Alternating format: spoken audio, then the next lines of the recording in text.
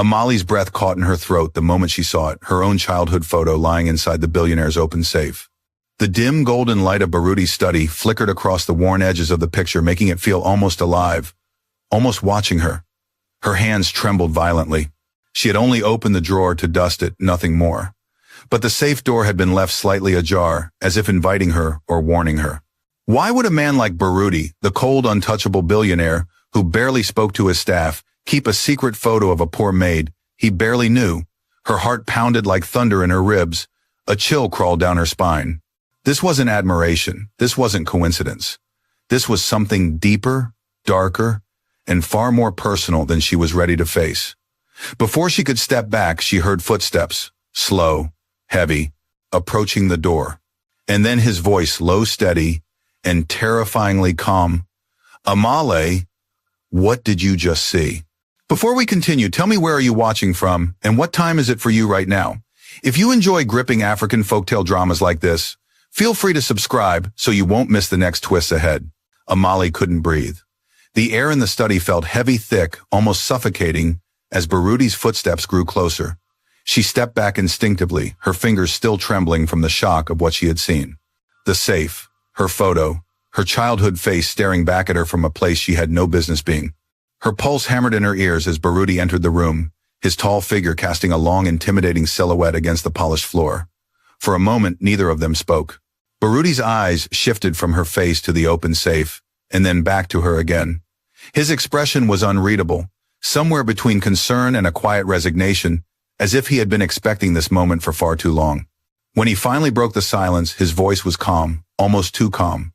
"Amale," he said, "you shouldn't be here." She swallowed hard. I'm sorry, sir. I was just cleaning. The safe, it was open. I didn't touch anything, I swear." But the lie caught in her throat the moment it left her mouth. They both knew the truth. Her gaze lingered too long on the photo. Her body language betrayed her. And Baruti? He was a man who noticed everything. He stepped forward slowly, cautiously, as if approaching a frightened animal. "Tell me what you saw." Amale shook her head. Nothing important. "I'm sorry, sir. I'll go." She tried to move past him, but Baruti lifted a hand, not blocking her, not grabbing her, but just stopping her. His hand hung in the air, gentle yet firm. "Amale," he said again, and this time the weight in his voice made her freeze. "Please, look at me." She didn't want to. Every instinct in her screamed to run, to flee the mansion altogether, to never step foot in this place again. But something in his tone, soft, strange, almost grieving, pulled her eyes toward him. When she met his gaze, she felt a jolt of confusion. Baruti didn't look angry. He looked haunted.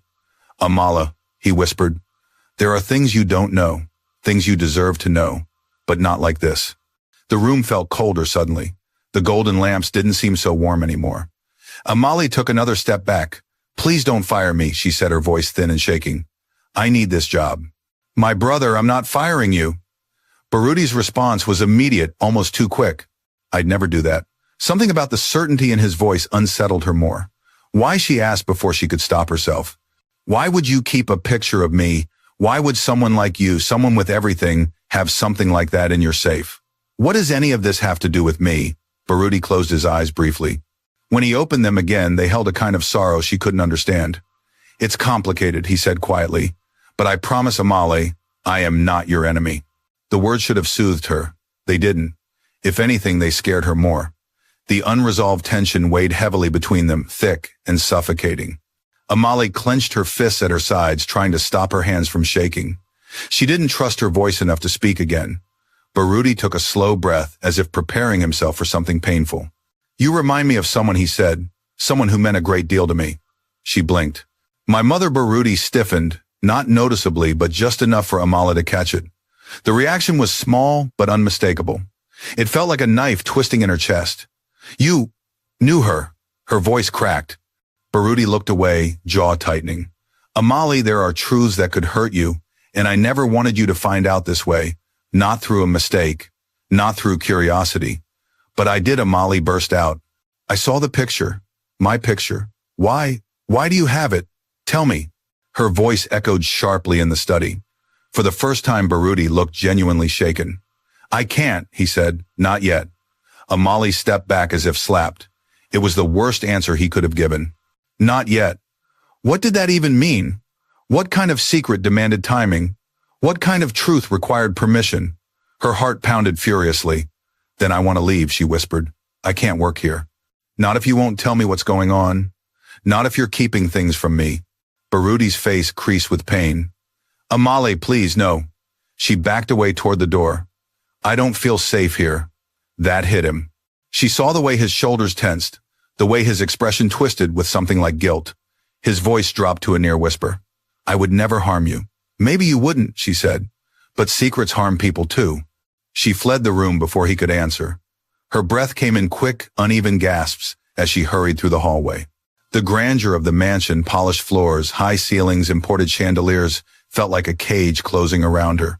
She grabbed her bag from the servants' quarters. The other maids looked at her in confusion, but no one dared speak. Barudi was known for being private, distant, unpredictable. And Amala herself moved like a woman escaping a fire. By the time she reached the gate, her eyes were stinging. She didn't dare look back. Outside, the evening wind rushed against her face, cooling her flushed cheeks. The gravel path leading away from the mansion felt both freeing and terrifying. She wrapped her arms around herself and kept walking. She didn't know where she was going. Home, maybe, somewhere far from the mansion, far from Barudi, far from the secrets that had wrapped themselves around her life like vines. Her mind raced. Why her photo? Why her childhood? Why did Barudi react like that when she mentioned her mother? Questions twisted through her like thorns. She wiped her eyes roughly. When she finally reached the small, crumbling house she shared with her younger brother, the lights were already on. From inside, she heard Lebo's laughter, light, warm, innocent. A sound that always wrapped around her heart like a protective hand. She stepped inside. Lebo, just 15, but already fragile from illness, looked up from the wooden table where he was drawing. His face lit up instantly. You're back early, Amale. Tried to smile, but it felt weak. Yeah, I just needed to come home. He frowned. You look upset. Did someone at the mansion treat you badly again? Amale hesitated. She couldn't tell him. Not yet. She didn't even understand it herself. No, she said softly. Nothing like that. He watched her closely. His eyes were too perceptive for his age. Amala, did something happen? She sat beside him, her hands clasped tightly in her lap. I think she whispered, I found something I was never meant to see. She didn't sleep that night. Every time she closed her eyes, she saw the safe. The photo, Barudi's face, his voice, the way he said not yet. By dawn, she knew one thing for certain, the truth wasn't going to leave her alone, and she needed answers. The next morning arrived with a strange, heavy stillness.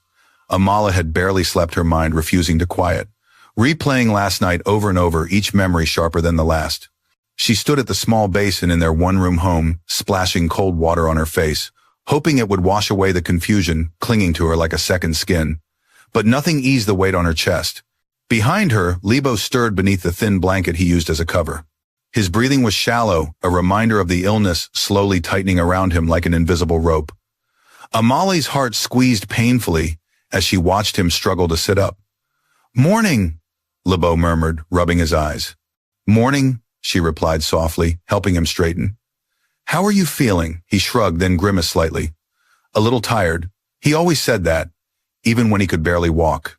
Even when he coughed so long he couldn't breathe. Amale forced a smile. I'll make something for you to eat, she said, though they both knew she barely had enough for a meager breakfast. But before she could turn toward the small pot in the corner, Lebo spoke again. Are you going back? The question froze her mid-step. Back where? To the mansion, he said. Your job. You didn't quit, did you? We can't afford that. Amale felt the air collapse around her. She couldn't tell him the truth, not about the safe, not about the photo, not about the unanswered questions clawing at her gut. She couldn't burden him with the fear she felt. So she chose the simplest lie. I just needed one night to rest, she said. I'll think about what to do today. Lebo looked at her longer than she expected, his gaze heavy with silent worry. But he didn't ask again. After a few moments, he lay back down, and Amale turned to the pot with trembling hands. The day passed slowly, too slowly. Amala helped her neighbor carry water, clean the room, tried to distract herself by cooking simple porridge. But every task felt distant, like she was performing someone else's chores. Her mind kept circling the same questions. Why did Barudi know so much about her past? How did he have a photo from when she was a child? What did her mother have to do with any of this? What truth was he so afraid to reveal? By the time the sun began to sink behind the hills, casting long amber streaks across the dirt road, Amali felt like she was going to unravel. She needed answers. She couldn't live another night drowning in fear and speculation. Before her courage had the chance to fade, she changed into her work clothes, clean, modest, slightly faded, and kissed Lebo's forehead. "I'll be back in a few hours," she whispered. His tired eyes followed her as she stepped out. The road back to the mansion felt longer than usual. Every step was weighted with tension. The closer she got, the louder her heartbeat grew. When the grand iron gates finally came into view, she hesitated. What if he was angry? What if he fired her? What if he refused to explain anything? She almost turned back. Almost. But some force she couldn't name pushed her forward. She approached the gatehouse where Joseph, the older guard, sat sipping tea. His eyebrows rose in surprise. "Amali, I didn't expect you today. I need to speak to Sir Baruti," she said, her voice barely above a whisper. Joseph studied her carefully, then nodded. "He's home." "But he isn't himself today." Amali frowned. "What do you mean?" Joseph lowered his voice. "He didn't leave his study all day, didn't eat, didn't speak to anyone, just locked himself in there. Locked himself in the same place where she had found the photo." A tight knot formed in her stomach. "Can I go in?" she asked quietly. Joseph opened the gate. "You go ahead, just be careful." The mansion felt different, colder, quieter. Even the marble floors seemed to echo more loudly beneath her feet. Amale walked slowly down the corridor, her palms sweating. When she reached Baruti's study, she stood outside the door for a long time trying to gather her courage. Finally, she knocked. Silence. She tried again. Still nothing. Her hand hovered uncertainly over the knob. She shouldn't enter. It wasn't her place, not after everything that happened. But the quiet behind the door felt wrong. She turned the handle. The room was dim-lit only by the weak glow of a single lamp. Papers were scattered across the desk. The safe was closed, now locked tight, as if nothing had happened. And Baruti was sitting on the floor near the window, his back against the wall, his head bowed into his hands. He didn't look like a billionaire. He didn't look powerful or untouchable. He looked broken. Amale stepped in quietly. "Sir Baruti." His head snapped up. For a moment there was pure vulnerability in his eyes, almost a plea, almost a confession waiting to spill out. But it disappeared just as quickly, replaced by a guarded expression. "Amale," he said softly. "You came back." She swallowed. "I need answers." He closed his eyes for a moment, as though bracing himself. "I know." She approached him slowly. "You told me there were things I didn't know. Things about my life, about my mother, about that picture. I need you to tell me what's going on." Baruti exhaled shakily. "I've wanted to tell you for a long time, but every time I tried, I couldn't." "Why?" "Because the truth hurts," he whispered. "And I didn't want to cause you more pain than you've already lived through." The words hit her with a force she didn't expect. "What truth?" She pressed her voice, cracking. "Please, tell me." Baruti's eyes glistened with something she had never seen in him before. Raw, unfiltered emotion. "There was a woman," he began quietly. "A woman I loved more than anything. Her name was Lorado." Amala's breath stopped. "My mother's name," she whispered. Baruti nodded slowly. "Yes, Lorado." The room went silent. Amala felt the world tilt under her feet. A cold shiver crawled over her skin. "You knew my mother," she said. Not a question, an accusation. "Yes," Baruti said, his voice trembling. "I knew her. I loved her. And I lost her." Amala took several steps back, her chest rising and falling rapidly. "No," she said. "No, this can't." Baruti stood, moving toward her slowly, cautiously. "Amali, please." She cut him off with a shaking voice. "What are you trying to tell me, that you're my—" "No," Baruti said quickly, pain flashing across his face. "I'm not your father." Amali froze. "But your mother, she was taken from me," he continued softly. "Taken by people who didn't want us together. People who forced her to disappear." His hands shook as he spoke. "And the photo," she whispered. Tears gathered in his eyes. "It was the only thing of her I had left until the day I saw you." Amala's knees felt weak. Her breath shook. Every part of her wanted to scream, to run, to vanish. But before she could speak, Baruti said the words that shattered her completely. "You look exactly like her, Amale. You are the image of the only woman I ever loved." The room spun. Amale stumbled back. Her heart cracked open like glass. Her voice broke into a whisper. So that's why you kept my picture. Because I'm nothing but a shadow of someone you lost. Baruti's face crumpled. Amale, no. It's not. But she didn't hear the rest. She turned and ran. Out of the room. Out of the mansion. Out of the world where secrets twisted into daggers aimed at her chest. Her heart didn't just break. It shattered. Amale didn't remember how she made it back home. Her legs carried her on instinct, fueled by shock, humiliation, and a heartbreak so sharp it felt like her chest was being carved open with every breath. By the time she reached the small wooden door of her house, her tears had dried into thin salt lines on her cheeks. Her throat burned from holding back sobs she didn't want anyone to hear. Inside, Lebo sat up immediately when he heard her enter. Amala, his voice was thin, brittle with concern. Why are you back so soon? Are you okay? She shook her head and forced a smile that crumpled almost immediately. I'm fine, she whispered. But she wasn't. She couldn't even pretend. Lebo watched her for several seconds, too perceptive, too knowing. Did someone hurt you? Amale blinked quickly, trying to steady her breathing. No, she said. No one hurt me, but someone had hurt her, not physically, but in a way far deeper, in a way that rewrote her entire past. She walked to the corner of the room and sank onto the worn mat, hugging her knees tightly. The shadows of the evening stretched across the floor, long and thin, like dark fingers reaching for her. Lebo shifted to sit near her. Do you want to talk about it? He asked gently. Amale stared at the dirt floor. Talking about it felt impossible. The words themselves were too heavy, the truth too unbelievable. My mother, she whispered. Lebo went still. What about her? Amale's voice cracked. Baruti knew her. Lebo's eyes widened slowly. What? She nodded, wiping her cheeks with the back of her hand. He knew Mama. He loved her. The words tasted wrong in her mouth, too intimate, too fragile to speak aloud. She felt her hands begin to tremble. He kept a picture of me because... She swallowed hard. Because I look like her. Like the woman he lost. That's all I am to him. Lebo's brows knitted together. Amala, that can't be the whole story. But it is, she said, her voice rising. Why else would he hide my photo? Why else would he look at me like that? I'm a replacement. A ghost of a woman he couldn't have. That's why he hired me. That's why he kept me there. Her voice broke. Tears spilled despite her trying to hold them in. She covered her mouth as sobs shook her small frame. Lebo gently put a hand on her back. Everything she had believed about her life, her job, her place in the mansion, even Baruti's strange protectiveness felt corrupted, twisted into something ugly and painful. She wished she could rip the memory of that room, that photo, that confession, right out of her mind. She didn't know how long she cried.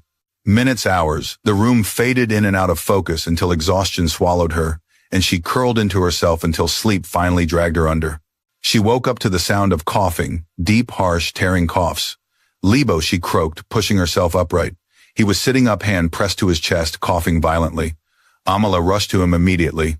Hey, breathe, she whispered, supporting him. It's okay. I'm here. But it wasn't okay. His coughing fit grew worse. His face turned a shade too pale. When the coughs finally subsided, he gasped for air like someone who had nearly drowned. Amale's heart thudded painfully in her chest. We're going to the clinic, she said, voice trembling. No, Lebo whispered. We don't have money for another visit. The doctor said, I don't care what the doctor said, Amale snapped, panic tightening her chest. You can't breathe, Lebo. I won't let you die because we're too poor for medicine, her voice cracked at the end. The fear in her eyes made Lebo fall silent. After a long moment, he nodded weakly. Amale grabbed her faded shawl, wrapped it around him, and helped him outside. The walk to the clinic was long, and Lebo's steps were unsteady. Twice he stumbled. Twice she almost lost her balance holding him up. By the time they arrived, he was shaking. The nurse recognized them immediately. Back again, Emily nodded desperately. Please, he's worse. Please help. The nurse glanced at Lebo, concern softening her face. Sit him down. I'll see what I can do. They waited. Minutes blurred into hours. Amala held Lebo's hand and whispered prayers between tears.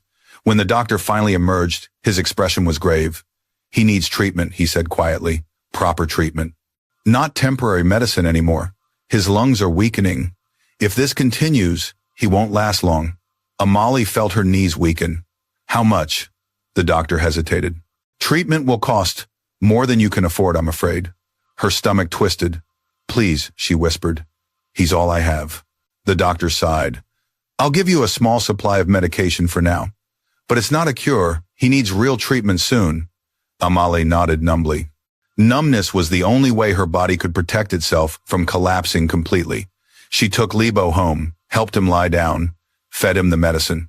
But all the while, one thought chased her relentlessly. Baruti can help. He had the money, the resources, the power. And despite all the confusion, all the pain, there was one thing she knew. He cared, maybe too much, maybe in the wrong way. But he cared. The thought made her nauseous. She didn't want to see him again. She didn't want to face him. But she wanted her brother to live more than she wanted anything else in the world. That night she lay awake, staring at the cracked ceiling, her mind torn between fear and desperation. When dawn finally crept into the room, she made her choice. She walked back to the mansion. Her hands trembled the entire way. She didn't know what she would say. She didn't know if she'd beg or demand or scream. She just knew she needed help. The gate was closed, but Joseph saw her and opened it without a word. His expression was gentle. "He hasn't slept," he said quietly. "Not since you left." Amala's heart flinched painfully, but she said nothing. She made her way to the study again. Her footsteps echoed on the marble like distant thunder. Her breath came out unevenly as she reached the door. She knocked once. Silence. She knocked again. Still nothing. She reached for the doorknob, and it turned easily. Baruti was inside, not sitting, not standing, but kneeling on the floor beside the safe, head bowed, as though weighed down by something crushing. He looked up slowly as she entered. The moment their eyes met, something inside her cracked open. His voice broke first. "Amale, please don't go, not again." She swallowed hard. "I didn't come for answers this time." He stood slowly, uncertainty tightening his features. Then, "Why did you come?" Her voice trembled. "My brother is dying."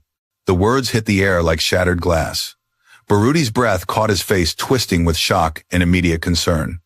"Amale," he whispered, "tell me what you need." Her eyes filled with tears. "I need your help." Baruti didn't hesitate. "Not even for a heartbeat. You'll have it," he vowed. "Whatever it takes. Whatever he needs. I'll help." Amale's knees nearly buckled with relief. She covered her mouth to stifle a sob, but she didn't expect what happened next. Baruti stepped forward, voice shaking with something deeper than guilt. "Amale, there's something else you must know." Her heart froze. "I wasn't just keeping your picture because you reminded me of your mother." Her breath caught painfully. "There's more," he whispered. "Much more." She stared at him, trembling. "What else?" she asked. Baruti swallowed hard. "The truth? You were not supposed to ever hear, but now you must." His next words would change everything. Again.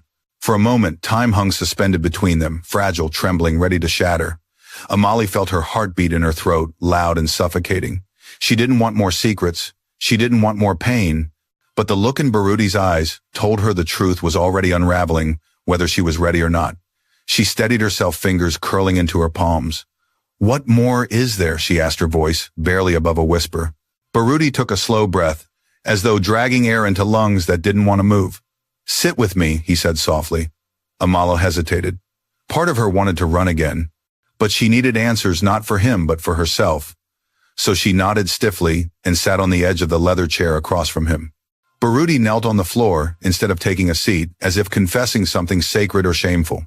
"I kept your picture," he began, "not only because you look like your mother, but because your mother asked me to." Amale's breath faltered. What? Baruti's gaze flickered with torment. "Years ago, long before you were born, your mother and I tried to build a life together. We planned to run away to escape everything keeping us apart. My family, they didn't approve. They wanted me to marry within the elite, someone with status, someone who would protect the family's wealth." He swallowed hard.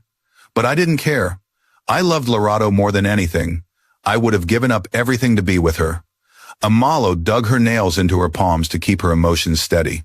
Hearing her mother's name spoken with such reverence twisted something deep in her chest. "Then why did she leave you?" she asked, fighting the tremor in her voice. Pain crossed Baruti's face like a shadow. "She didn't want to leave. She was forced to." Amale blinked rapidly. "By who, my father?" he whispered, "and others who wanted to protect our reputation." Amale stared at him, numb. She had imagined her mother running away, abandoning Baruti, and perhaps abandoning her. But this was something else, something darker. "He threatened her," Baruti continued. "They told her if she didn't disappear, they would hurt her, and her future children. A cold shiver gripped Amala's spine. Future children, meaning me. Baruti nodded. Yes. Amali's throat tightened as though someone had wrapped a fist around it. So she left you to protect me. Yes, he whispered. She loved you even before you existed, and she loved me. That's why she came to me one last time before she vanished. His eyes softened with aching tenderness. She was already pregnant with you. The words crushed the breath from Amala's lungs. Pregnant. With her. Before she disappeared. Amalie felt tears burn behind her eyes. Did she tell you? Baruti nodded. She told me.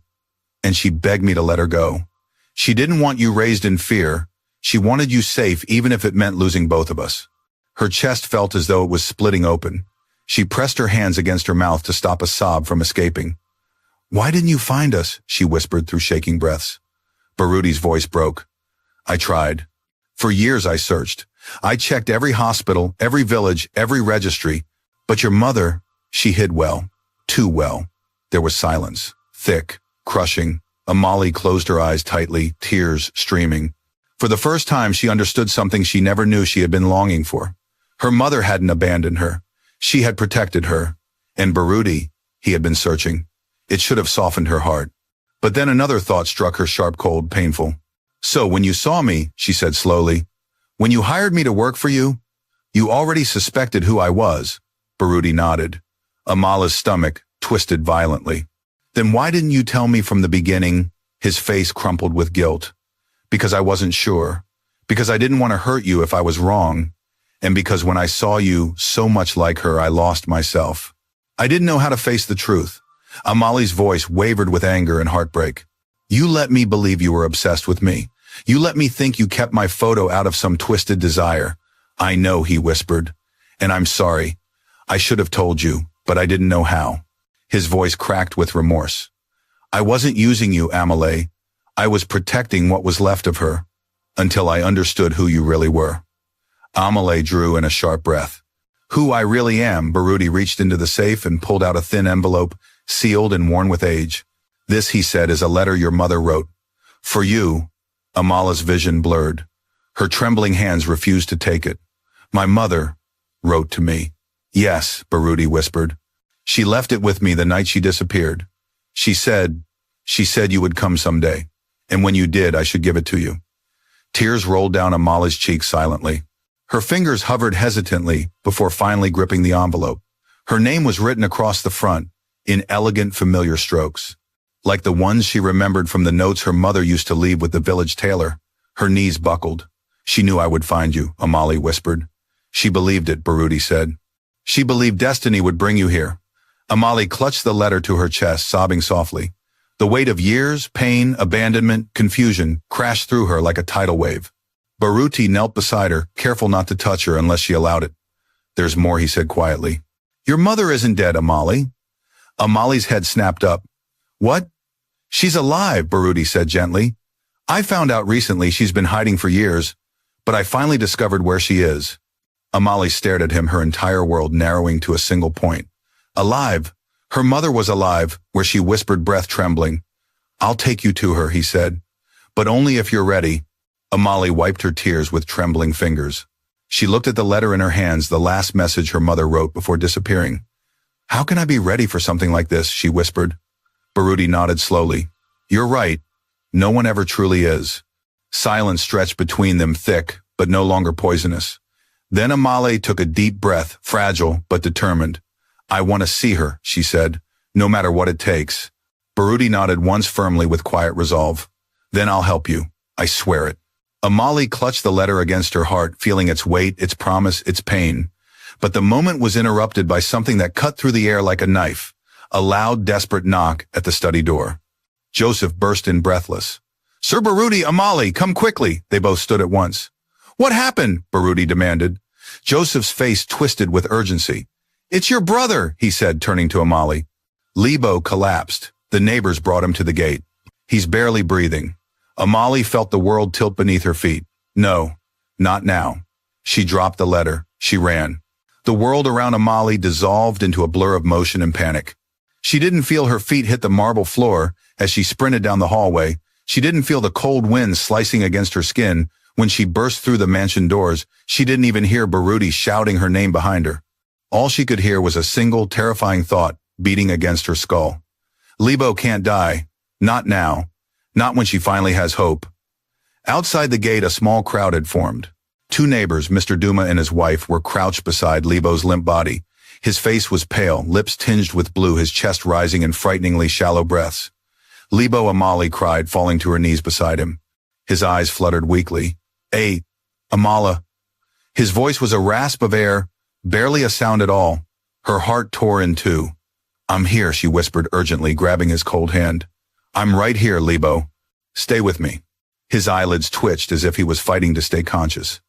Mrs. Duma placed a hand on Amala's back. "We found him collapsed outside your home. He tried to walk alone. Poor boy nearly didn't make it." Amala's vision blurred with tears. "Why would you leave the house?" "Why, Libo?" His voice was barely a whisper. I wanted to bring you water. You forgot to refill the bucket yesterday. I thought you would be tired."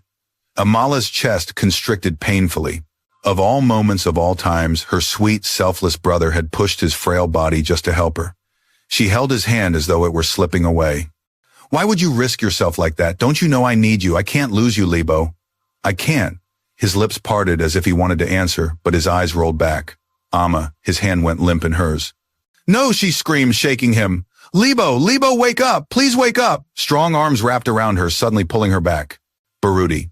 His grip was firm but gentle, preventing her from shaking her brother. "He's unconscious," Baruti said urgently. "We have to move. Now." "Joseph, bring the car around." Joseph ran immediately. Amali sobbed uncontrollably as Baruti lifted Libo into his arms. For a moment she saw something she had never seen before. True fear in Baruti's eyes. Fear of losing someone innocent. Fear of failing again. He carried Libo to the black SUV with precision and urgency, every movement fueled by determination rather than panic. "Amala," he said, turning to her, as he placed Libo carefully across the back seat, "Get in.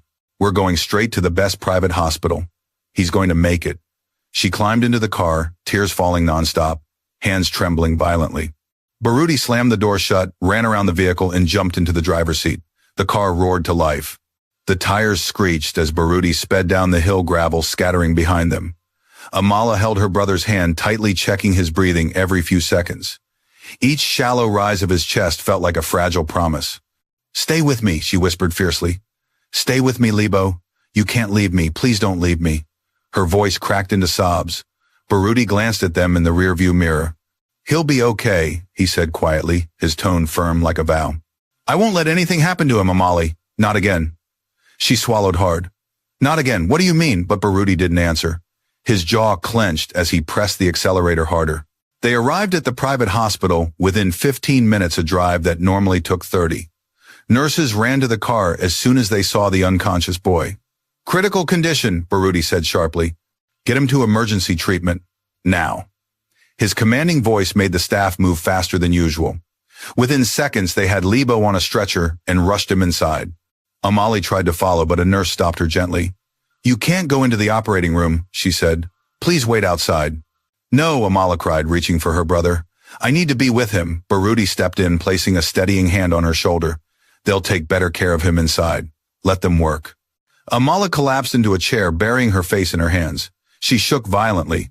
"What if he dies? What if I'm too late? I should have taken him earlier. I should have." "It's not your fault," Baruti murmured, kneeling beside her. "You've cared for him alone for years. You've done more than most people ever could." His voice softened. "Let me help now."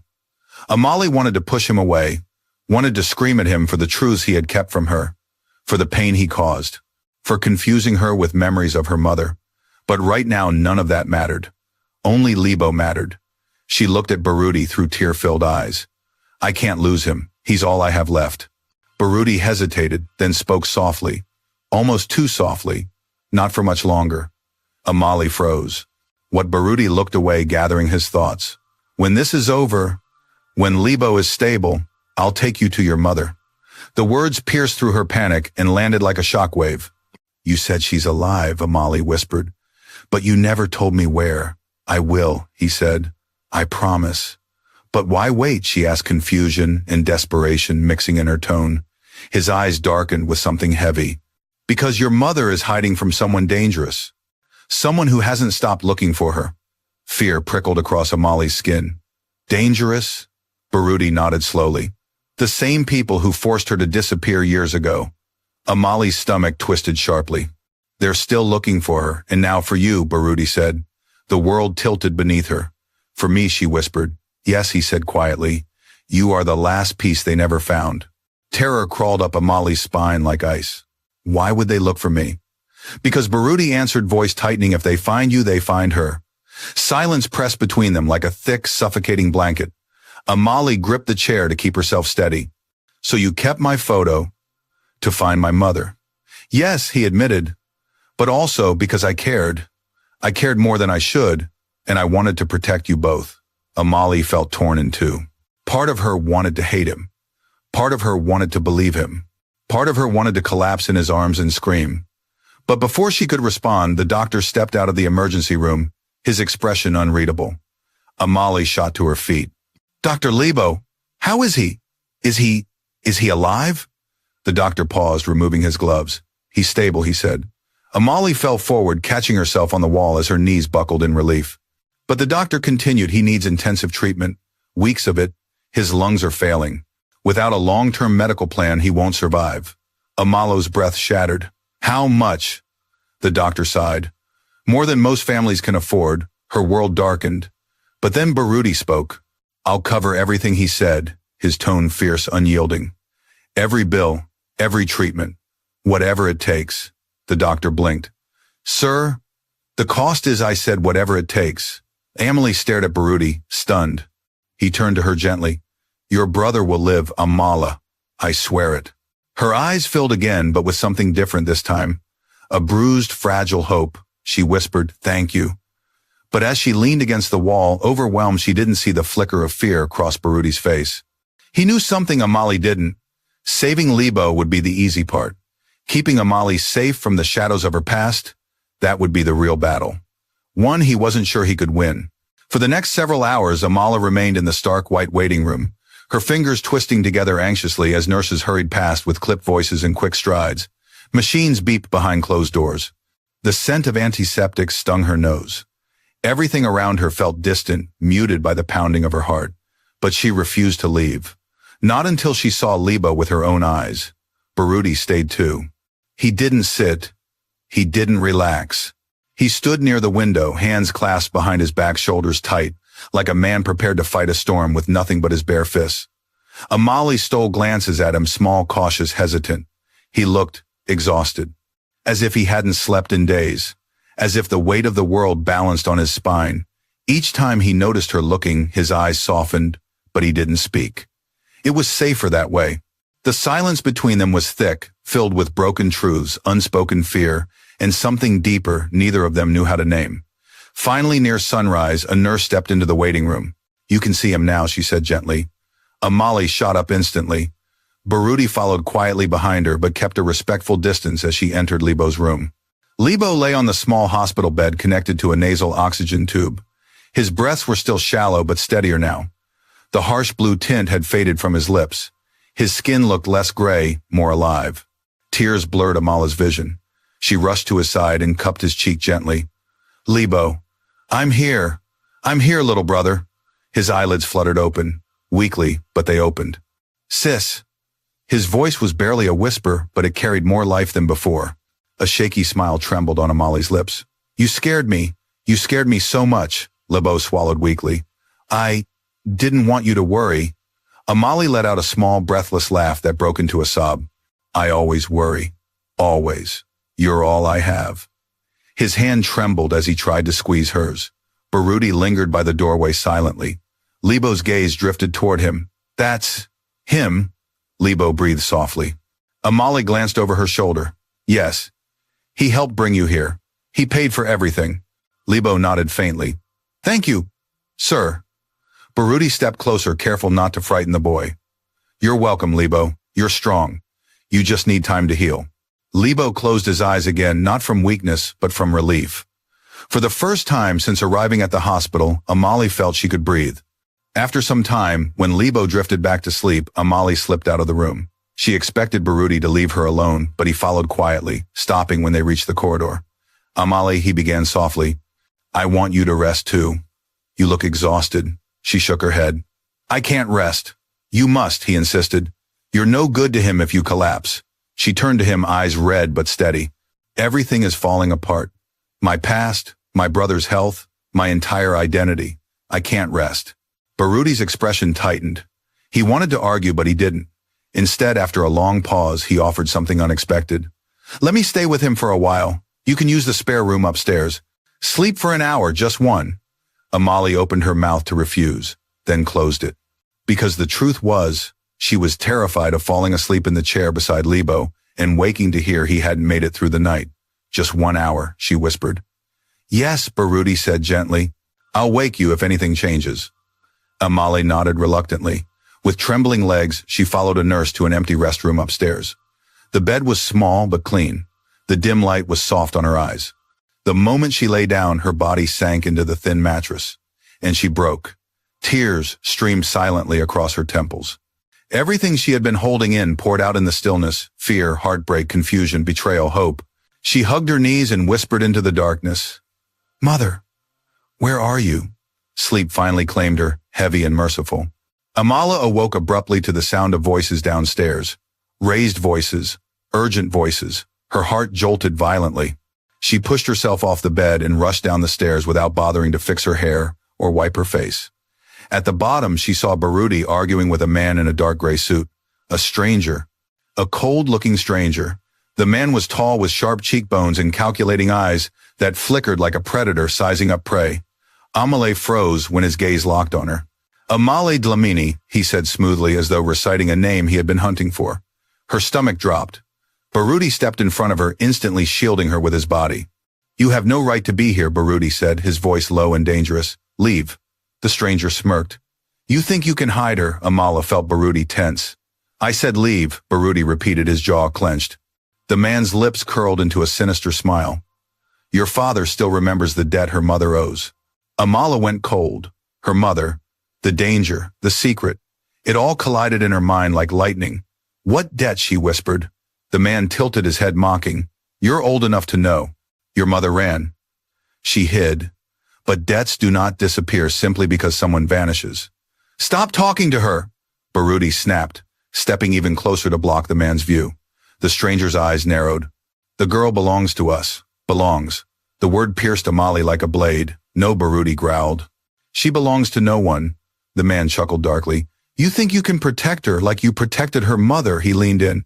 How did that end, Baruti? She vanished, didn't she? And you did nothing. Baruti's fists clenched. His breathing turned sharp. Amali could feel the fury radiating off him, but beneath it she sensed something deeper. Guilt. Terrible, heavy guilt. They threatened her, Baruti said through gritted teeth. The same way you're threatening Amala now. The man shrugged. Then she knows the price. What price? Amali demanded, her voice trembling. Both men turned to her. The stranger grinned like a wolf. Your mother stole something from a powerful man, something she had no right to take, and she's been running ever since. Amali shook her head. That's impossible. My mother would never. She did. The man interrupted viciously. She stole a fortune, a document, a secret, something that could ruin the man who once owned your mother. Owned? Amali echoed, horrified. Baruti shot forward and grabbed the man's collar. Say that again and I will break you right here. Joseph appeared from the hallway, alarmed. Sir, please. Baruti didn't let go. The stranger's voice remained calm, almost amused. You can threaten me all you want, but she is your weakness, and we will come for her. Baruti shoved him backward. Get out. The man straightened his suit and gave Amali one last unsettling smile before walking out the door. See you soon, he said as he disappeared into the corridor. The room fell silent. Baruti stood, frozen chest rising and falling heavily. His fists were still shaking. Amali stared at him, her whole body cold. What is going on? She whispered. Tell me the truth. Tell me everything. No more secrets. Baruti closed his eyes tightly. When he finally spoke, his voice was broken. Your mother didn't just leave to protect you, Amale. He turned, meeting her gaze with devastation. She left because they were hunting her, for stealing something that didn't belong to her. Amala's voice cracked. What did she steal? Baruti swallowed hard. A name, he said softly. A fortune. A legacy. Amali shook her head in confusion. I don't understand. Baruti stepped closer, pain twisting his features. Your mother stole the identity of a family heir. Amali's breath caught. And that heir, Baruti whispered, voice trembling, was you. The ground vanished beneath her feet, her vision blurred, and the world she knew already fragile shattered completely. Amali stared at Baruti as though he had spoken a language she had never heard before. The walls of the hospital corridor seemed to close in on her, each breath tightening until air barely reached her lungs. What? What do you mean? She whispered, clutching the edge of the wall to steady herself. How could I be an heir? I'm nobody. I grew up with nothing. My mother, she was just a village woman trying to survive. Baruti's expression softened, but the sorrow in his eyes deepened. Your mother wasn't who you think she was, Amala. And neither are you. Amala shook her head sharply, her pulse thundering as panic clawed at her. Stop! Stop talking like that! I don't understand any of this. You're confusing me. Just say it plainly. Baruti took a deep, painful breath, as though dredging up a truth he had tried to bury for far too long. You are the biological daughter of Kwadi Masego, he said quietly. Amale blinked stunned. Baruti stepped closer, his voice low and careful. Kwadi Masego, the rightful heir to one of the most powerful dynasties in the region. A dynasty your mother once worked for, until she discovered things she was never meant to know. Amala stared at him, her mind refusing to connect the pieces. Her throat tightened. That's impossible. My father died when I was a baby. My mother told me. Your mother lied, Baruti said softly but firmly. Not to hurt you, to protect you. Amali staggered back a step as his words sank deeper, slicing through the fragments of memories she had clung to her whole life. No, this couldn't be real. Her family was ordinary, poor, invisible. She shook her head again, more violently this time. No, my mother would never steal someone's identity. She wasn't a thief. She wasn't. Baruti agreed. She didn't steal for greed. She stole to save you. Amala's breath faltered. Baruti continued, his voice steady despite the tension around them. Years ago, the Masego family was involved in corruption, violence, and illegal holdings. Your father, Kwadi, was trying to expose them from inside. He gathered evidence, documents, recordings, everything he needed to bring justice. Amala's brow furrowed.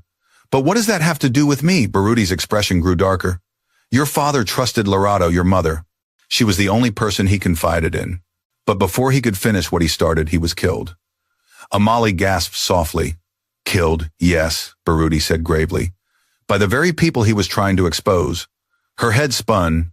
So your mother, he continued, took his evidence and ran. She knew the Masego family would come for her next. She also knew they would come for you, the true heir. Because if you lived, you would inherit everything your father intended to leave behind, including the truth. Amali clutched the front of her dress, feeling as though the ground beneath her had tilted sideways. So the man earlier, she whispered, the one in the suit. Yes, Baruti said. He works for the Masego family. They've been hunting Lorado for years, trying to retrieve the evidence she stole. His voice lowered. And now that they know you're alive, they'll hunt you too. Amala felt the blood drain from her face. A wave of nausea hit her, forcing her to grip the wall harder. I can't be what you're saying. I'm just a maid. I'm just a Malay. Baruti stepped closer, his voice warm but trembling. You are much more, whether you want it or not. No, she muttered, shaking her head wildly. No. She turned and walked away, needing distance, needing air, needing the world to stop spinning. But the truth followed. Amale, Baruti called gently, please. She spun around, anger and fear blazing through her. Why didn't you tell me sooner? She cried.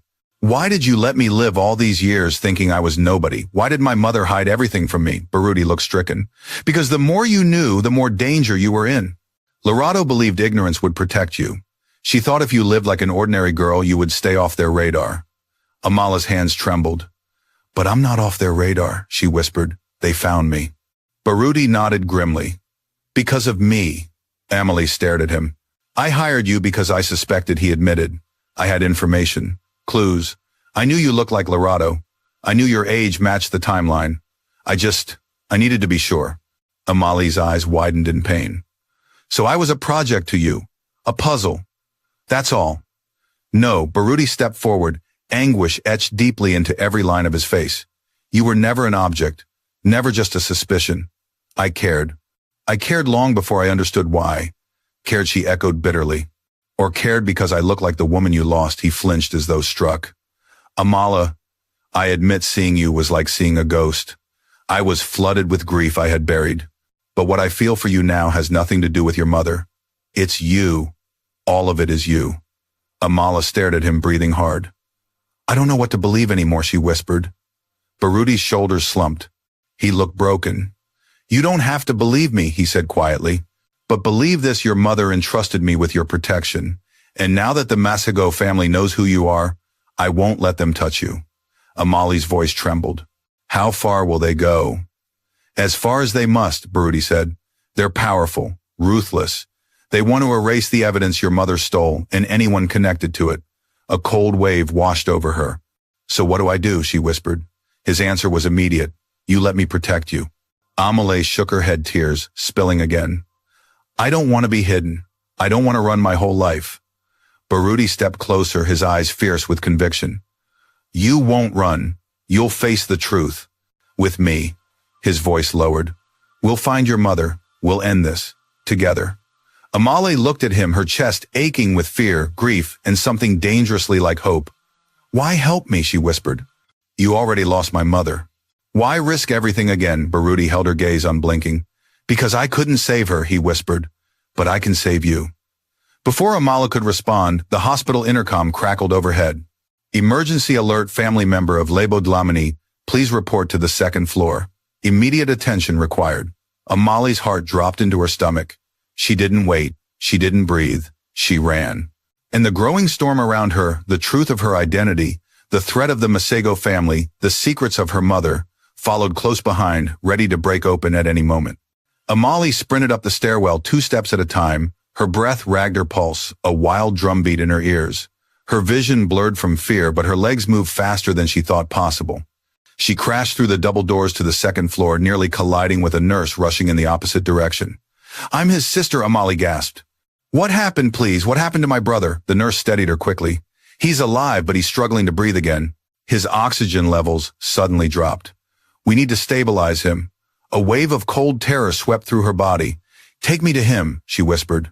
The nurse nodded and guided her toward a room where 2 additional nurses and a doctor were gathered around Lebo's bed, adjusting machines, increasing his oxygen flow, and checking his vitals.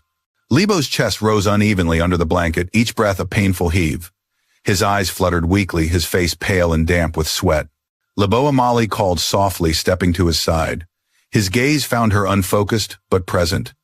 Ama, Heli, he rasped. She took his trembling hand into hers, feeling its frightening coldness. I'm here, I'm right here, Lebo. I'm not going anywhere. The doctor glanced at her sympathetically. He's experiencing a respiratory crisis. But we caught it early. We're adjusting his treatment. He needs constant monitoring and long-term intervention. Amali swallowed hard. Will he make it? The doctor didn't answer immediately. We're doing everything we can. That wasn't the answer she needed.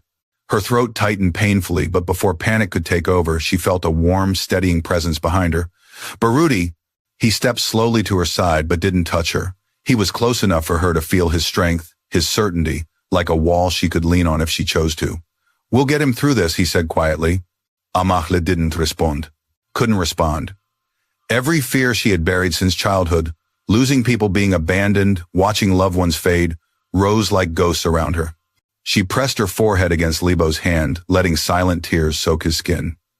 Stay with me, she whispered. Stay with me, please. Minutes passed like hours. The medical team worked quickly, adjusting medications, changing oxygen masks, checking his lungs with a stethoscope. Finally, slowly, Lebo's breathing began to stabilize. His chest rose more evenly. His oxygen levels climbed, small but steady.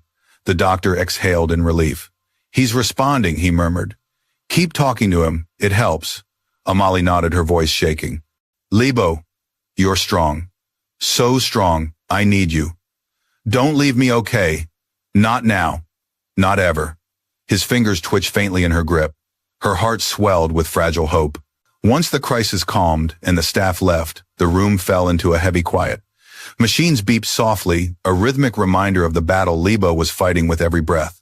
Amala stayed by his side, stroking his arm softly. Barudi pulled a chair closer but didn't sit. He remained standing near the window watching them with an expression Amale couldn't decipher. Something between sorrow and fierce determination. She didn't look at him. Not yet. She wasn't ready. Her voice was barely audible when she finally spoke. Everything is falling apart.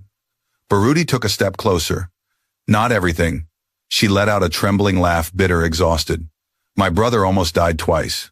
My mother is alive but hunted. I'm apparently the heir to a dynasty that wants me dead, and I don't even know who I am anymore. Silence thickened between them. Baruti lowered himself into the chair beside her. You're still Amale, he said softly. You're still the girl who fought her whole life to protect her brother, who never gave up despite everything stacked against her. That hasn't changed, she rubbed her eyes. You don't even know me. I do, he said quietly. More than you realize. Amale looked at him sharply. Why? Because you knew my mother. Because I look like her. Because you think I'm some kind of legacy. Baruti flinched. Amale, that's not. Then what is it? She demanded, her voice rising, despite her efforts to keep it calm. Why do you care? Why risk so much for me? Why are you even here? Baruti's eyes softened. Because I failed your mother, he whispered. Amale froze. Baruti looked toward the floor, shame etched into every line of his face. I was supposed to protect her. We were supposed to run together. I had everything planned. But I hesitated. I waited one night too long. My father's men came and she had to escape on her own. If I had acted sooner, maybe she wouldn't have lived in fear for so many years. Maybe she wouldn't have had to hide you. Amala felt the heat leave her body. And now she whispered. Baruti lifted his gaze, tormented but unwavering. Now I won't fail her again. Not with you. Amali's breath hitched. He leaned closer, voice trembling. You're not just a reminder of her. You're her daughter. Her hope. Everything she sacrificed was for your future, and I'm trying to honor that. Amale blinked rapidly as tears filled her eyes again. I don't want to be hunted. I don't want to be an heir. I just want my brother alive. I want the life I had, hard as it was. Baruti nodded slowly. I understand, but you don't get to choose destiny. Your father didn't. Your mother didn't. Now it's your turn to face what's coming. Amala's hands shook. I'm scared. Baruti reached out, hesitant, careful, before laying his hand gently over hers. I fear for you, he admitted, but I will protect you, no matter what. Amale didn't move her hand away. For the first time since the truth unraveled, she didn't feel entirely alone. A soft knock sounded on the door. Joseph stepped inside, lowering his voice. Sir Baruti, we have a problem. Baruti straightened immediately. What is it? Joseph glanced at Amale, eyes filled with worry. I just received a call from one of our men, he said. The Masego family is searching the district. They know Amale was brought to this hospital. Amale's breath caught. How? How did they find out? Joseph hesitated. Someone leaked information. We don't know who. But they're coming. Baruti's expression darkened with a ferocity Amale had never seen before. How much time do we have? He asked. Joseph shook his head. Not enough. They're already on their way. Amale's chest constricted violently. We can't leave. Lebo can't be moved. The doctor said, I know, Baruti said, his jaw tightening. I'm not moving him. He turned to Joseph. Get security around the building. Lock down every entrance. No one gets in without my permission. Joseph nodded and rushed out. Amala stood trembling. Baruti, what's going to happen? He turned to her, his voice low but resolute. They want you alive, Amala. That's the only reason they haven't stormed in already. Her stomach dropped. Alive, for what Baruti met her eyes. To erase the truth, permanently. A chill shot down her spine. But they'll have to get through me first, Baruti finished. His voice was no longer gentle. It was a vow, a warning, a promise drenched in fire. Amale clutched the bed rail beside Lebo, her heart pounding so hard she thought it might burst. Because for the first time, she understood what Baruti truly meant when he said, I won't fail you. And she knew the storm she'd been fearing her whole life was no longer approaching. It had arrived. The hospital lights flickered as if sensing the tension tightening around the building. Somewhere down the corridor, a metal trolley clanged against the wall, making Amale flinch violently. Her heart wouldn't settle. Every shadow looked like a threat. Every sound felt like a warning. Baruti moved with sharp purpose, his presence suddenly transforming from a grieving man into something far more dangerous. Someone who had spent years preparing for this moment. Someone who had been waiting for the enemy to return. He turned to Amala with steady eyes. Listen to me carefully. Whatever happens, you stay beside Lebo. Don't leave this room unless I tell you." Amali swallowed hard. "But what if they get in? What if they won't?" He cut in, his voice low but fiercely certain. "But if they do, they'll face me before they ever reach you." His tone held something cold enough to freeze bone. Amali felt a tremor slip down her spine. "You can't fight them alone." Baruti stepped closer, cupping her cheek gently, something he had never dared to do before this moment. "I'm not alone," he whispered. "I have you, and you have more strength than you know." Before she could respond, Joseph returned, breathing heavily. "Sir, they're here." Amali's blood ran cold. Baruti straightened. "How many? 3 cars. Armed men. They've blocked the entrance." Amali grabbed the edge of the bed, her knees threatening to give way. Armed Joseph nodded grimly. "They're not here to negotiate. They want her." Amala felt bile rise in her throat. Baruti's jaw tightened like steel. "Then they'll be disappointed." Joseph hesitated, then added in a shaken voice, "Sir, one of them is Malusi Masego." Amali didn't know the name, but Baruti did. His entire body went still like a predator hearing another predator's footsteps. "Malusi came himself," Baruti murmured. "Then this is worse than I thought." Amali clutched her chest. "Who is he?" Baruti turned to her slowly. "Malusi is Kigwadi's brother." Her breath froze. "Your uncle," Baruti said softly, "and the man who led the hunt for your mother." Amala felt the air drain from the room. Her fingers trembled uncontrollably. Joseph added quietly, "He's the real head of the Masego family, and he wants what your father died protecting." "My father," Amala whispered. "Then he killed him." Neither man spoke, but the silence was answer enough. Amala's throat tightened painfully. Everything inside her twisted rage, fear, grief, disbelief. Her uncle. The man hunting her mother. The reason she grew up fatherless, hidden, poor, terrified. "Why is he here now?" she asked, her voice breaking. Baruti's expression hardened. "Because he finally knows who you are. And he won't leave without you unless we stop him." Amala staggered back a step. "I can't fight him. You're not just anything," Baruti said firmly. "You are the heir he fears. The last threat to his power. And he knows it." Amali's breath came out in quick, shallow gasps. Joseph stepped closer. "We have our security positioned at every exit, but Malusi's men are better armed." Baruti nodded. "They always are.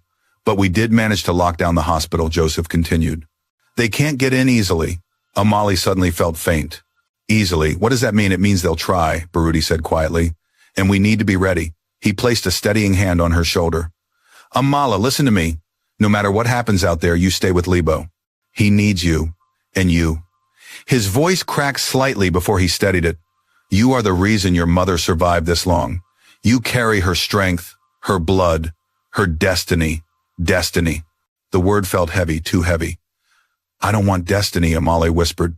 "I want my life back." Baruti's eyes softened with something like sorrow. "I know, and I'll give you that life once this is over. But first, we survive." Another loud crash echoed from downstairs. Amali jumped. Joseph rushed to the window. "Sir, they're forcing the front door." Baruti drew a deep, steady breath. "It's time." He moved to the bedside, looking down at Lebo. For the first time, Amali noticed something in Baruti's expression, a quiet tenderness, almost familial, almost protective in a way that pierced her heart. He placed a hand gently on Lebo's forehead. "Hang in there, boy. I promise I'll bring your sister back safely." Then he straightened and turned to Joseph. "Take Amali to the back storage corridor. Hide her in the medical supply room." Amali's eyes widened. "No, I'm staying with Lebo." "Amala, he's stable now. The danger is for you, not him." She shook her head fiercely. "I'm not leaving him again." A deep crash echoed through the floorboards, followed by shouting and breaking glass. Joseph flinched. "Sir!" "They're inside." Amali's pulse spiked. "No time," Baruti said sharply. "Joseph, go." But Amali moved toward the bed, planting her feet firmly. "I'm not leaving him." Baruti turned to her with a look she had never seen, pain mixed with fierce resolve. He grabbed her shoulders. "Amali, if they find you, they'll kill him to get to you. Do you understand?" She froze. His words struck like lightning cold, devastating, undeniable. Her breath broke. "No." "Yes," he said urgently. "They'll use him, hurt him, or worse, because they know you'll do anything to save him." A sob tore from her throat. "Please," Baruti whispered, his voice rough. "If you love him, you have to hide." Amali felt her legs weaken. Her heart felt like it was splitting in two, but she knew he was right. She knew it with a clarity that made her stomach twist. She kissed Lebo's forehead, tears dripping onto his skin. "I'll be back," she whispered. "Don't be afraid." Then Joseph grabbed her hand reluctantly. "Come, quickly."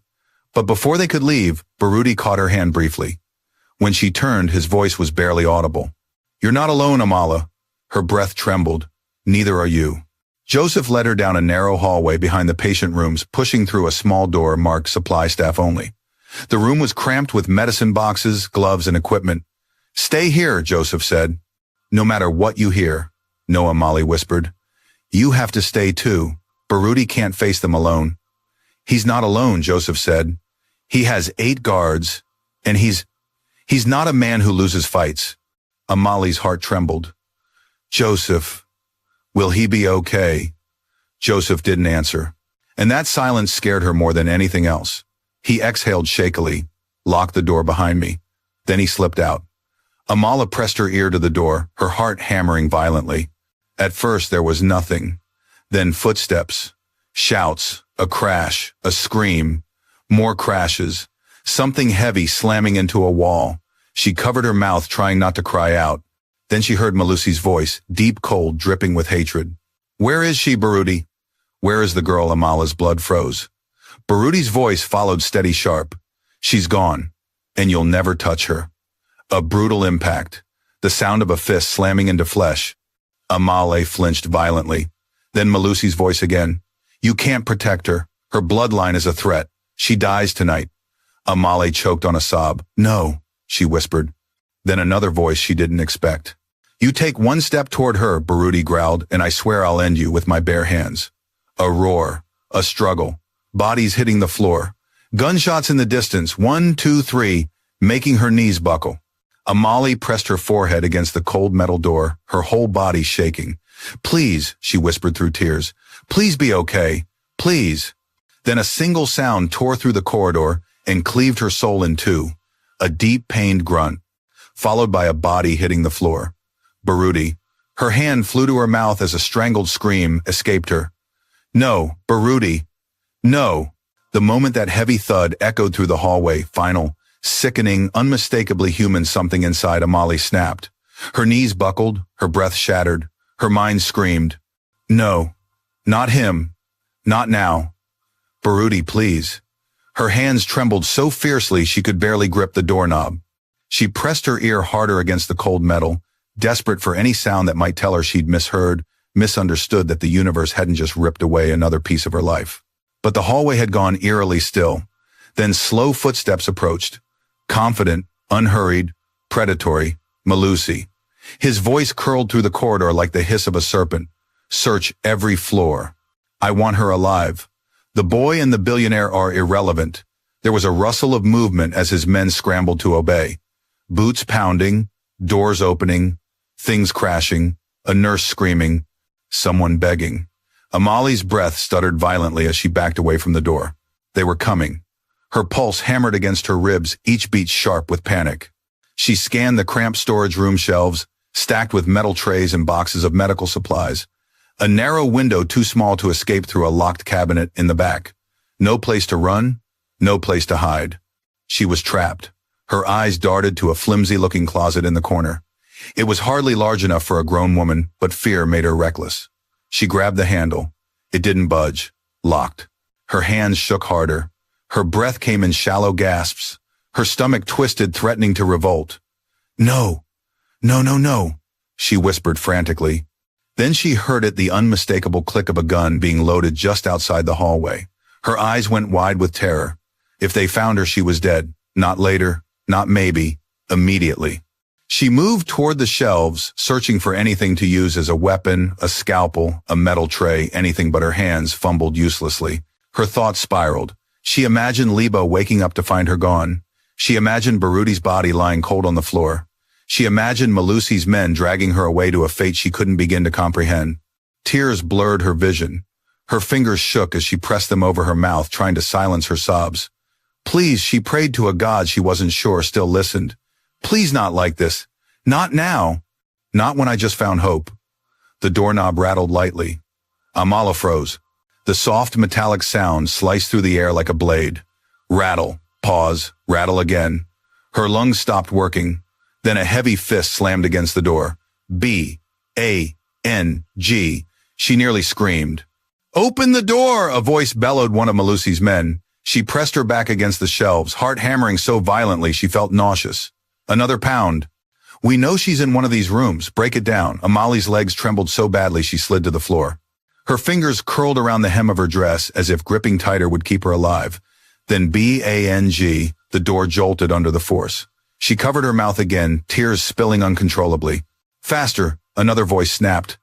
"The boss wants the girl now." The pounding grew more vicious, more determined. Every hit shook the entire door. Every sound shredded another piece of her courage. Every second pushed her closer to a total collapse. Her mind flashed back to her mother, running, hiding, protecting her unborn child from these same men decades ago. History was repeating itself. Another deafening crack shook the doorframe. Splinters scattered across the floor. Amali cried, silently shaking her head. "Please," she whispered again, powerless and desperate. "Someone, help me." The doorframe split. Just as one of the men took a step back to ram it again, footsteps thundered down the hall. Fast, fierce. Then a voice she thought she'd never hear again, rough, strained, but alive.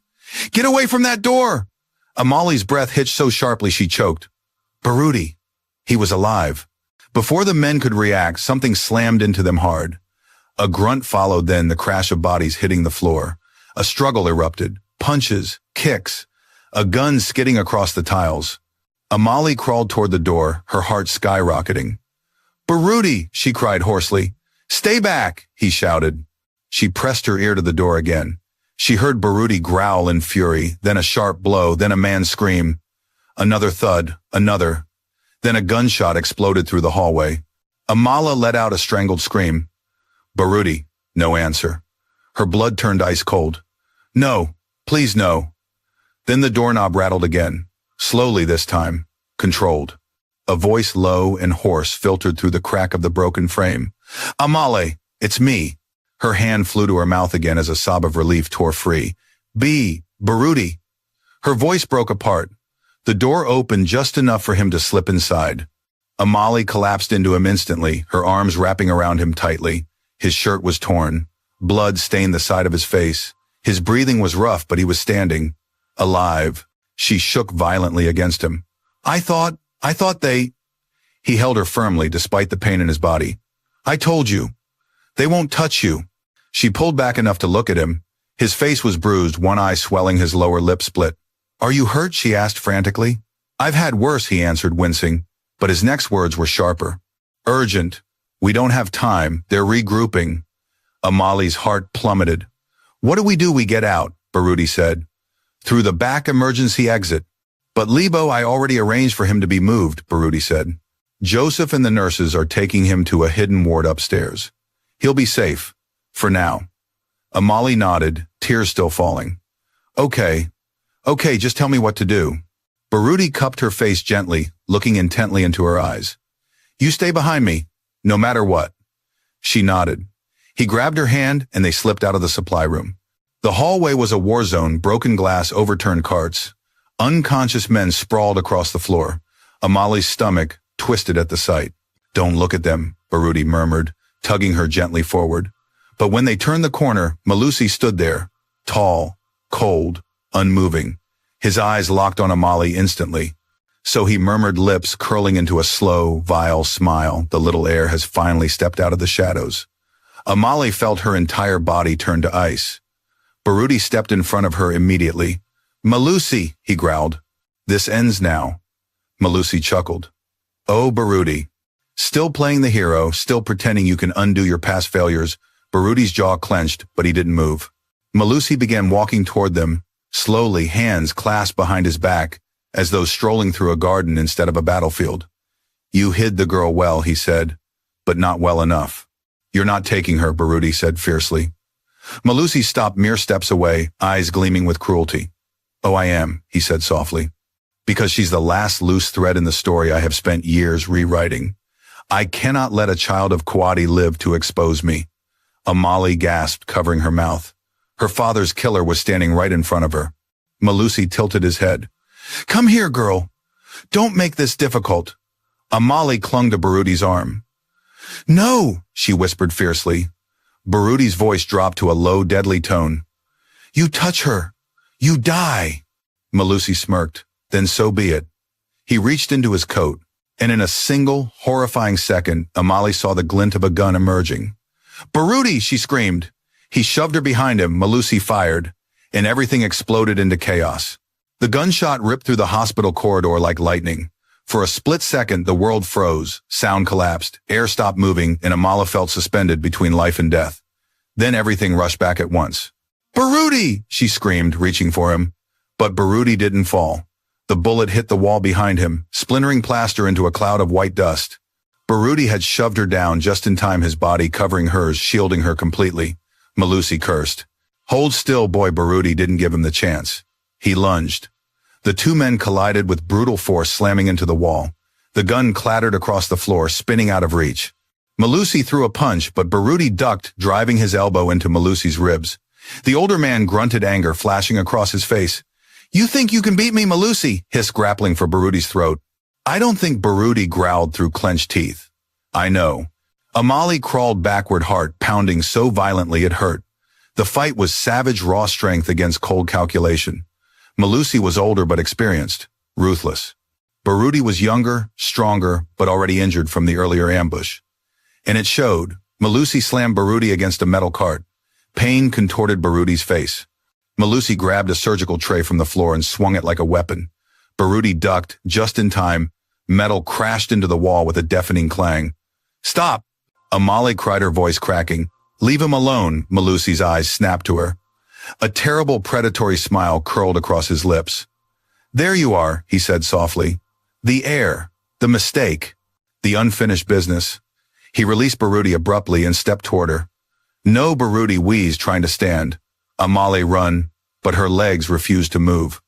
Terror rooted her in place. Malusi approached slowly, savoring every step like a hunter closing in on wounded prey. You look so much like your father, he murmured. Pathetic, really. His bravery, his ideals, his belief that truth matters. He leaned closer, voice icy. Truth has no power without survivors. And he didn't survive. His words sliced through her like knives. Anguish twisted her insides. But Malusi wasn't finished. Your mother tried to be clever, he said. Tried to hide you. Tried to run. But she knew I would find you someday. He smiled. And now, here we are. He reached toward her arm, but a roar of pure rage shook the hallway. Get away from her! Baruti slammed into Malusi from behind. The two men fought again, fists, flying bodies crashing into equipment. Baruti tackled Malusi to the ground, punching him across the jaw. Once, twice. But Malusi wasn't an easy man to subdue. He twisted, flipping their positions, pinning Baruti beneath him. He grabbed a piece of shattered glass from the floor and pressed it toward Baruti's throat. Amali screamed. Stop! Neither man hurt her. Malusi pressed harder. The sharp edge grazed Baruti's skin, a thin line of blood appearing. You were always weak, Malusi snarled. Just like Kagwadi. A boy trying to play hero. Baruti gritted his teeth, fury blazing behind his eyes. You killed him. Oh no, Malusi said with a sickening smile. I did something far worse. I erased him. That was the breaking point. With a raw roar, Baruti surged upward with strength. Amali didn't know he still had. He knocked Malusi's arm aside and slammed his forehead into Malusi's nose. The older man cried out, clutching his face. Baruti pushed him away and staggered to his feet, panting, blood trickling down his cheek. He turned to Amalo. Run. Now. But Amali stood frozen, staring at Malusi, who was slowly rising again despite his injuries. Enough. A new voice bellowed from behind them. All three turned. Joseph burst into the hallway with two security guards. They carried batons and looked ready to break bones. Joseph's voice thundered, Take him! The guards rushed Malusi before he could move. They grabbed his arms, forcing him to the ground. Malusi struggled, snarling like an animal. Let go of me. I am the rightful head of this family. That girl is mine. Shut him up, Baruti snapped, wiping blood from his mouth.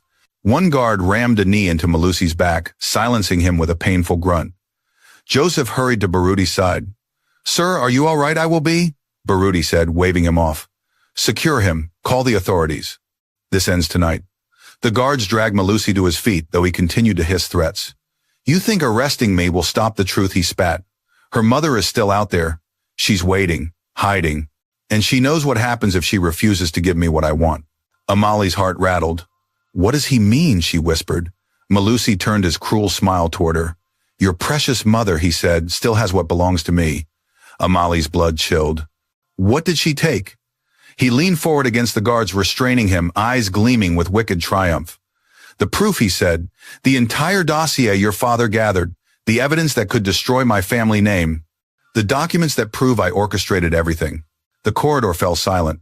Amali felt as though she'd been hurled into icy water, and she hid it where only you can find it, Malusi hissed. Because you have what I don't, his blood. His last clue. Emily stepped back. My father left me. A clue, Baruti stiffened.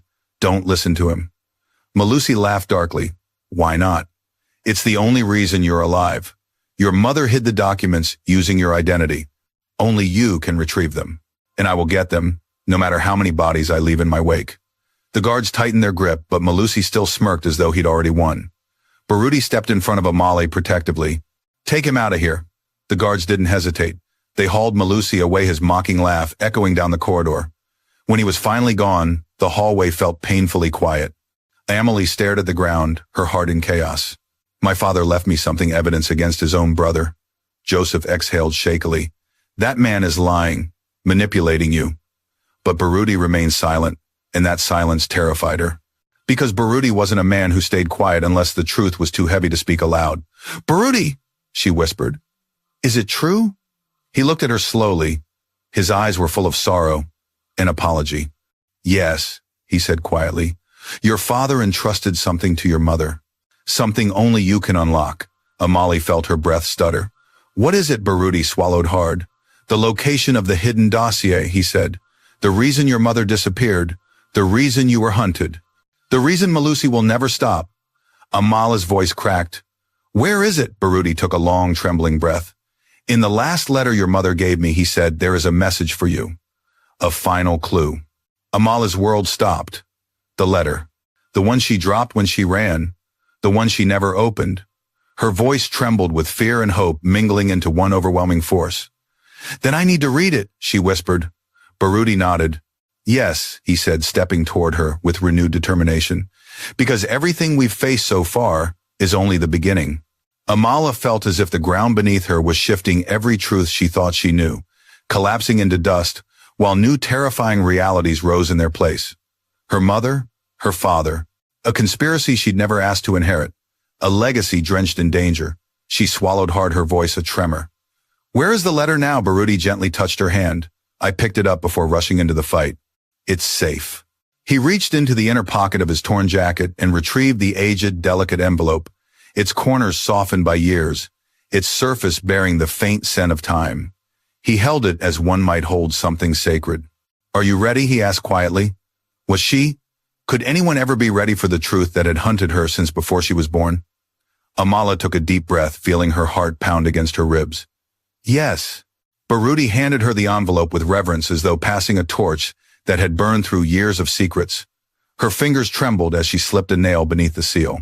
The paper split with a soft tear, releasing a faint, haunting scent. She remembered from childhood her mother's perfume, the one she wore on special days when she wanted to feel beautiful despite poverty. A single folded page slid out. Her name was written across the top in her mother's familiar handwriting. My dearest Amalo. Her breath caught. The world dimmed, her vision blurred. She read, My dearest Amali, if you are reading this, then fate has brought you to the doorstep of truth and likely into danger. I have spent my entire life running to keep you safe. If I could have held your hand through this, I would have. If I could have watched you grow, I would have. Every day apart from you has been a wound I carry without complaint, because loving you means protecting you. There is something you must know now. Your father, Kwadi Masego, was not a traitor. He was a hero. He uncovered the darkness poisoning the Masego family. He gathered evidence, names, numbers, crimes no one imagined. He trusted me with the final piece because he knew I would protect you with my life. That evidence is hidden under your name. Only you can unlock it. The key is your blood. My child, when the time is right, follow the place your father loved the most. Where the sun rises over the river and the rocks form a crown. There you will find truth. If I am alive, I will find you. If I am not, remember you were born of courage, not fear. I am proud of you. I always have been, I always will be. With all my love, your mother, Lorado. When Amali reached the last line, the letter slipped from her fingers and fluttered to the floor. She pressed both hands to her mouth as sobs tore through her chest. Quiet, broken, uncontrollable. The kind that came from deep within the soul, where wounds never healed, only buried. Baruti knelt beside her immediately, his touch gentle on her shoulders. Amala. She shook her head, tears spilling like rivers. She loved me. She never abandoned me. She was protecting me. All those years, she was alone, and so was I. Baruti's own voice tightened as emotion washed over him. She loved you more than anything in this world. I saw it in her eyes every time she spoke of the future she dreamed for you. Amelie covered her mouth again, trying to breathe through the heartbreak swelling inside her.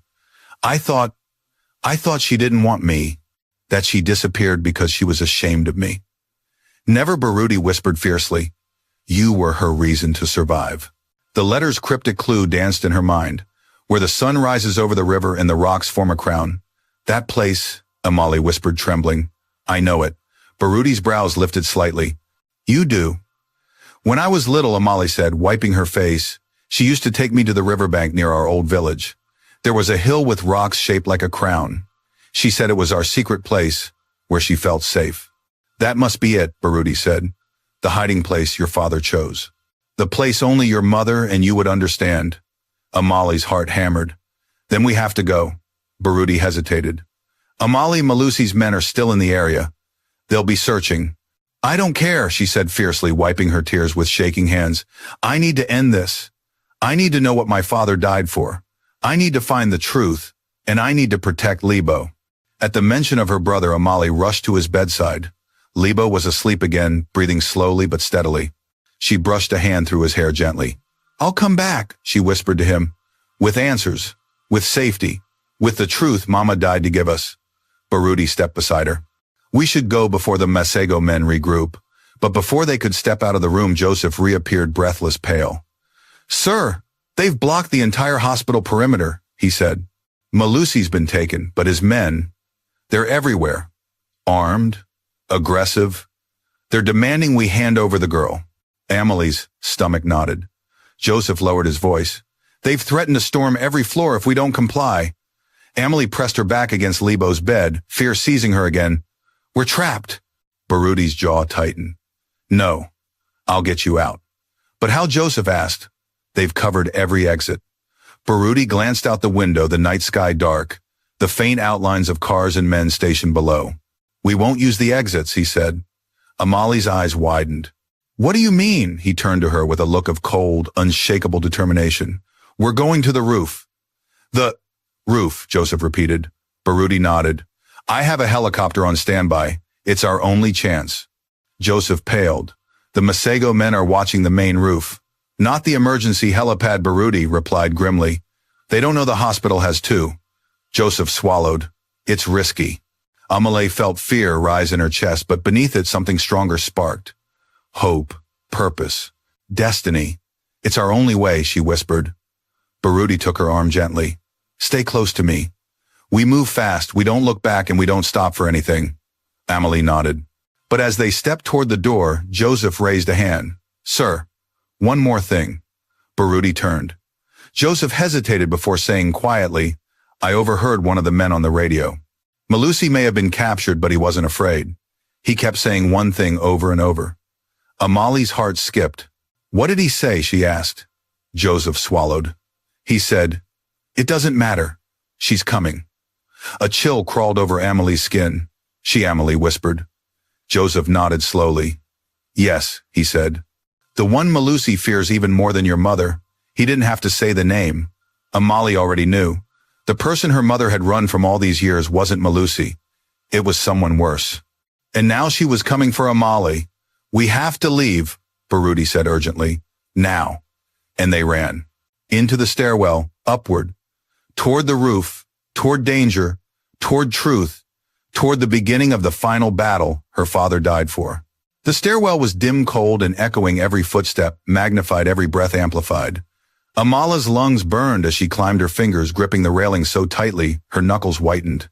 The building was waking to chaos alarms, blaring distant shouts, rising doors, slamming open and shut. She felt the storm closing in around her. Baruti stayed just ahead, checking corners with the hyper-awareness of someone who'd lived too long in the shadow of danger. Joseph followed behind her, occasionally glancing down the stairwell, ensuring no one was tailing them. "We need to hurry," Baruti said quietly. "Once they realize Malusi has been detained, they'll act without waiting for orders." Amali's pulse raced. "Will the helicopter be ready?" "It will be," he answered. "Pilot's been circling, waiting for my signal." Joseph grunted. "Let's pray they don't block the upper helipad too." Baruti hesitated. "They shouldn't know about it. Only hospital staff and security are aware. But if someone inside leaked information..." Joseph started. Amali's stomach tightened. "You think someone here betrayed us?" Joseph didn't answer, and that was answer enough. They reached the 6th floor and continued up the stairwell. The emergency lights flickered overhead.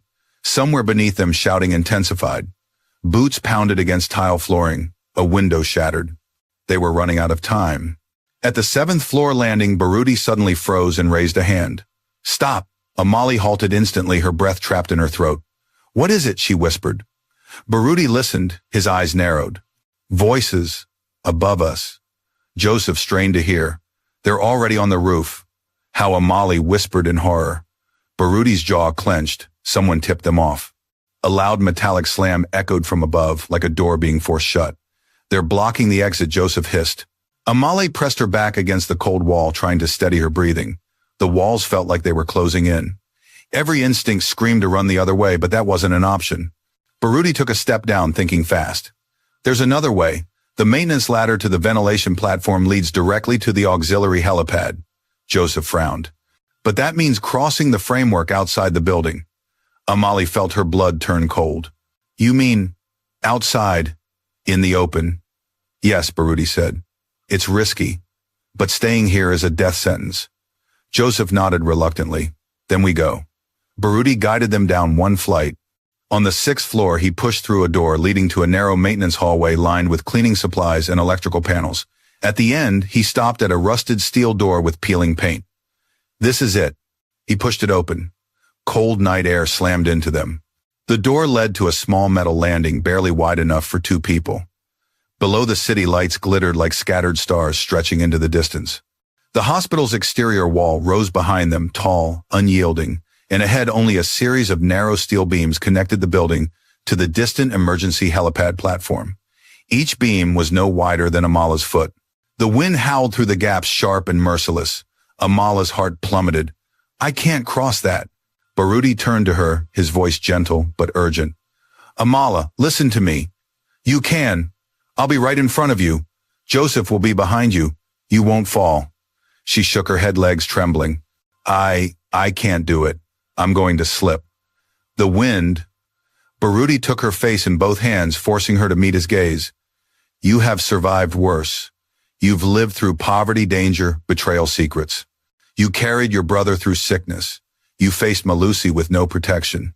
And now you think you can't walk across a beam." Amali's breath trembled. "You are stronger than you know," Baruti whispered, "and I won't let you fall. Not now, not ever." Amali felt tears sting her eyes, but beneath them, resolve ignited. She nodded weakly. "Okay, I'll try." Joseph checked the surroundings once more.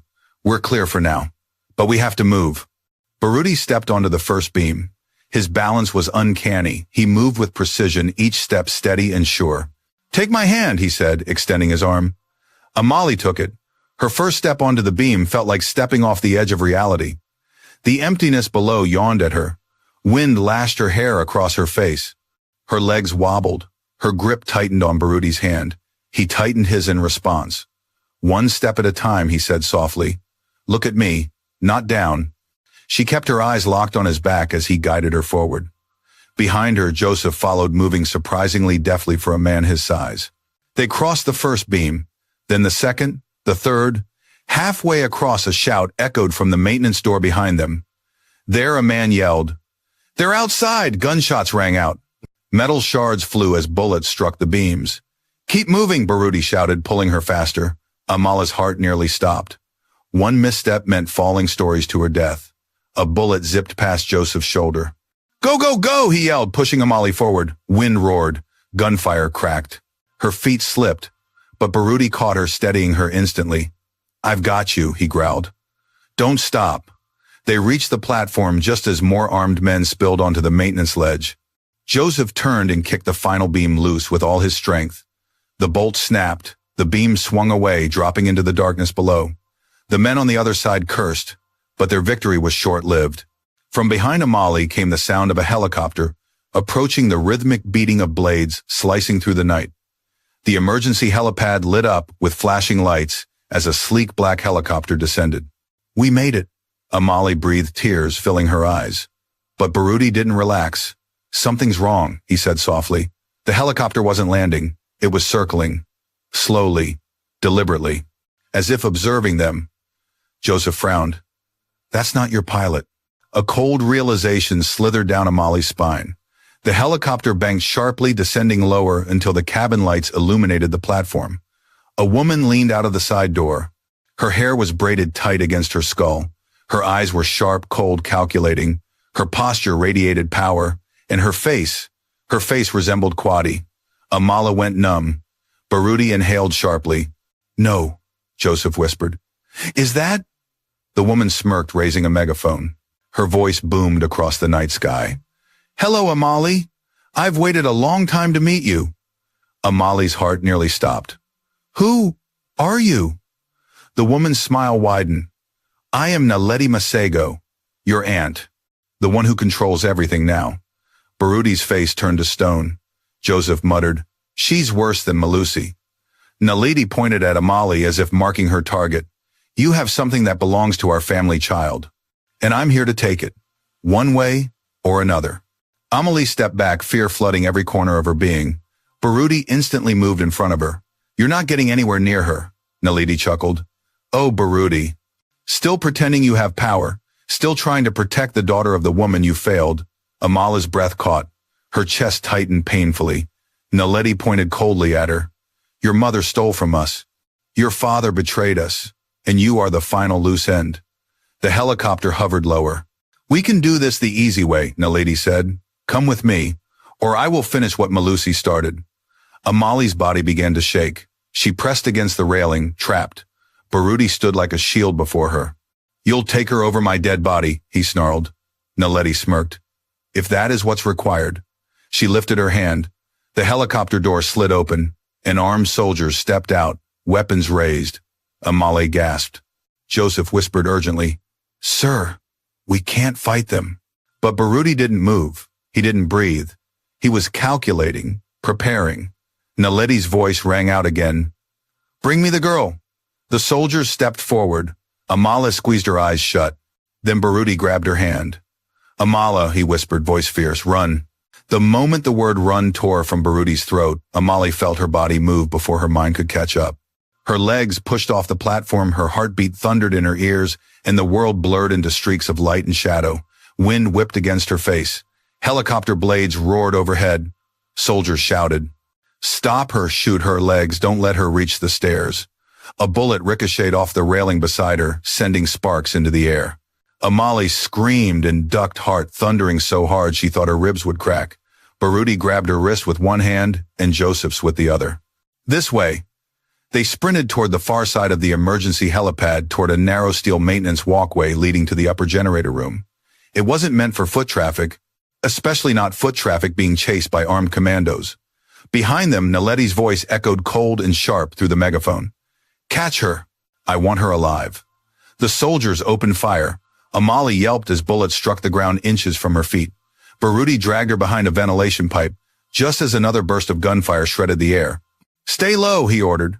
Joseph peeked from behind, cover eyes wide.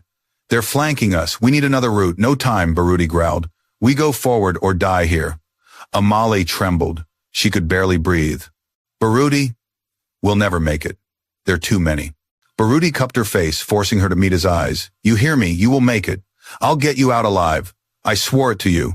And to your mother. His thumb brushed her cheek, gentle, despite the chaos around them. Trust me.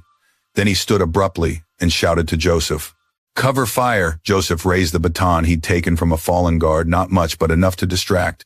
He hurled it at the nearest soldier, striking him squarely in the nose. The man stumbled with a curse. Baruti seized the opening. Runamali sprinted again, tears blurring her vision. Behind her, the helicopter spotlight snapped onto her like a predator's eye. There, the girl. Don't lose her. A second volley of bullets rained down. One grazed Joseph's shoulder. He let out a sharp cry but didn't fall. They burst onto the narrow walkway. The metal rattled beneath their weight. Below, the city lights shimmered like distant stars. The drop was at least 10 stories. Keep going, Baruti yelled. But halfway across the walkway, shuddered. Joseph glanced back and his eyes went wide with horror. They're shooting the bolts faster, Baruti roared, pushing Amali ahead. The walkway swayed violently under their feet. Amali stumbled. Baruti caught her again, lifting her as though she weighed nothing. Joseph lagged, gripping the railing with his uninjured arm. We're almost there, Baruti promised as they neared the generator building. But behind them, a thunderous crack split the air. The final support bolt snapped. The walkway lurched sideways. Amali screamed as gravity yanked her feet off the metal. Baruti grabbed her hand with both of his muscles straining as he fought to pull her up. Amal, he holed on. She dangled in the air, legs flailing above the deadly void below. Wind tore at her clothes, threatening to rip her free. I'm slipping, she sobbed. You're not slipping, Baruti bellowed, pulling with everything he had. But her fingers were wet with sweat and blood.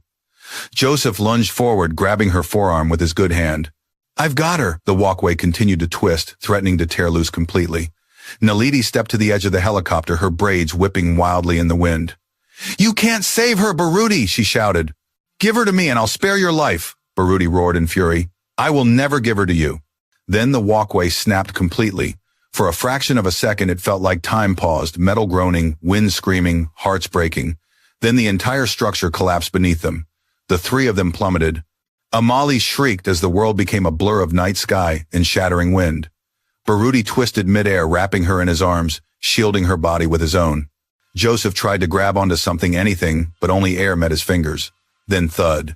Baruti and Amali crashed onto a lower maintenance platform, a small steel grate jutting from the side of the building.